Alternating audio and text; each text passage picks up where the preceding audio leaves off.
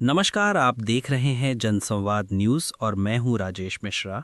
आज की सबसे बड़ी और सनसनीखेज खबर छत्तीसगढ़ के राजनीतिक गलियारों से, जहां प्रदेश के पूर्व गृह मंत्री और भाजपा के वरिष्ठ नेता ननकी राम कंवर ने मोर्चा खोल दिया है। जी हां, कंवर ने कोरबा कलेक्टर अजीत वसंत पर भ्रष्टाचार और मनमानी के गंभीर आरोप लगाते हुए मुख्यमंत्री विष्णुदेव साय को पत्र भेजा है। उन्होंने साफ कह दिया है कि अगर 3 दिन के भीतर कलेक्टर को हटाया नहीं गया तो वे 4 अक्टूबर को मुख्यमंत्री निवास रायपुर के सामने धरना देंगे। आरोपों की लिस्ट लंबी है। ननकी राम कंवर ने कलेक्टर के खिलाफ 14 बिंदुओं की शिकायत दर्ज कराई है। आइए जानते हैं क्या है वो बड़े आरोप। डीएमएफ फंड में भारी गड़बड़ी, करोड़ों रुपए का दुरुपयोग और फिजूल खर्ची, महिला स्व सहायता समूहों से खिलवाड़, 400 से अधिक समूहों में फर्जी भुगतान और मुआवजे का हेरफेर, स्थानीय जनता का दमन, गरीबों की जमीन और संपत्ति तोड़ने जब्ती करने तक के आरोप, खनन और रेत परिवहन में अनियमितता, किसी खास कंपनी को फायदा पहुंचाने का आरोप, तानाशाही रवैया, भाजपा समर्थकों और आम जनता के साथ भेदभाव और सरकारी तंत्र का दुरुपयोग। कंवर का कहना है कि कलेक्टर का व्यवहार बिल्कुल हिटलरशाही है और जिले की जनता का जीना मुश्किल हो गया है। ननकी राम कंवर का अल्टीमेटम।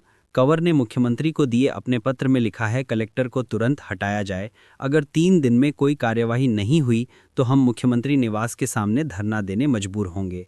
यानी साफ है, पूर्व गृह मंत्री अब आर पार की लड़ाई के मूड में हैं। मुख्यमंत्री और सरकार की प्रतिक्रिया। अब सवाल ये उठता है कि सरकार क्या कह रही है। मुख्यमंत्री विष्णुदेव साय ने इस पूरे मामले पर बयान दिया है। उन्होंने कहा, शिकायत मिली है, आरोपों की जांच कराई जा रही है, रिपोर्ट आने के बाद ही कार्रवाई होगी। यानी सरकार सीधे सीधे फिलहाल जांच के रास्ते पर है।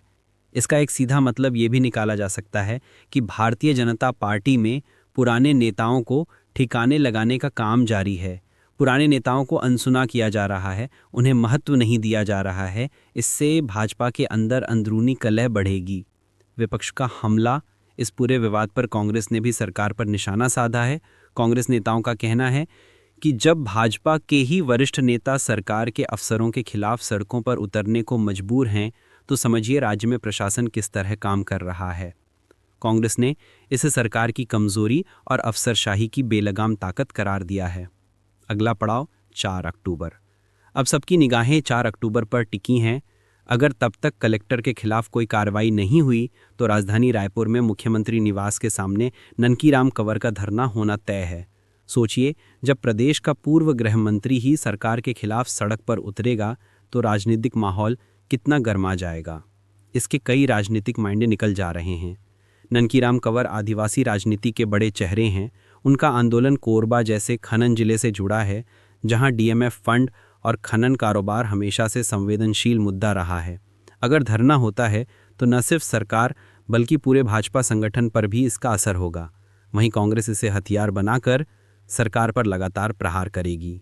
तो कुल मिलाकर कलेक्टर अजीत वसंत पर लगे गंभीर आरोप और ननकी राम कंवर का अल्टीमेटम, ये मामला अब सिर्फ प्रशासनिक नहीं रहा बल्कि छत्तीसगढ़ की राजनीति का सबसे बड़ा पावर गेम बन चुका है। क्या सरकार 4 अक्टूबर से पहले कोई कदम उठाएगी या फिर राजधानी में धरना प्रदर्शन से प्रदेश की राजनीति में भूचाल आ जाएगा? खबरें ये भी आ रही हैं कि पूरे प्रदेश में कलेक्टरों को इधर उधर करने का काम शुरू कर दिया गया है और जल्द ही कई कलेक्टरों का ट्रांसफ़र भी किया जाएगा। लेकिन नज़रें अब टिकी हैं।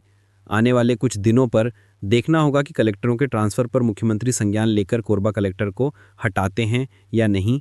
हम भी इस पूरे मामले पर अपनी पैनी नज़र बनाए रखेंगे और आपको अपडेट्स पहुंचाते रहेंगे। नमस्कार, धन्यवाद। आप देख रहे थे जनसंवाद न्यूज़। यदि खबर आपको पसंद आई हो तो इसे अधिक से अधिक शेयर करें, लाइक करें और कमेंट बॉक्स में अपनी प्रतिक्रिया हमें